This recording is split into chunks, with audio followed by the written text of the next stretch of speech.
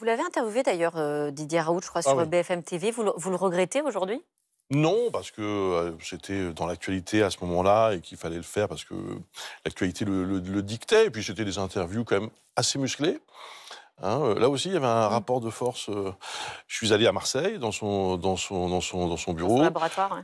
Là aussi, ce qui est très effrayant, c'est que aujourd'hui encore, donc plusieurs années après, il y a des découpes de cette interview qui circulent, etc., de ces interviews, et on m'accuse de tous les maux de la terre, d'avoir osé dire des choses contre Raoult. Alors justement, pour démonter les fake news, peut-être on peut parler de Mieux, votre chaîne, on va en parler, parce mais que juste, je ça pense sert à contrer ça. et tu as fait ton boulot de journaliste, je pense que c'était une erreur de donner la parole à ce type, parce qu'il a fait énormément de mal.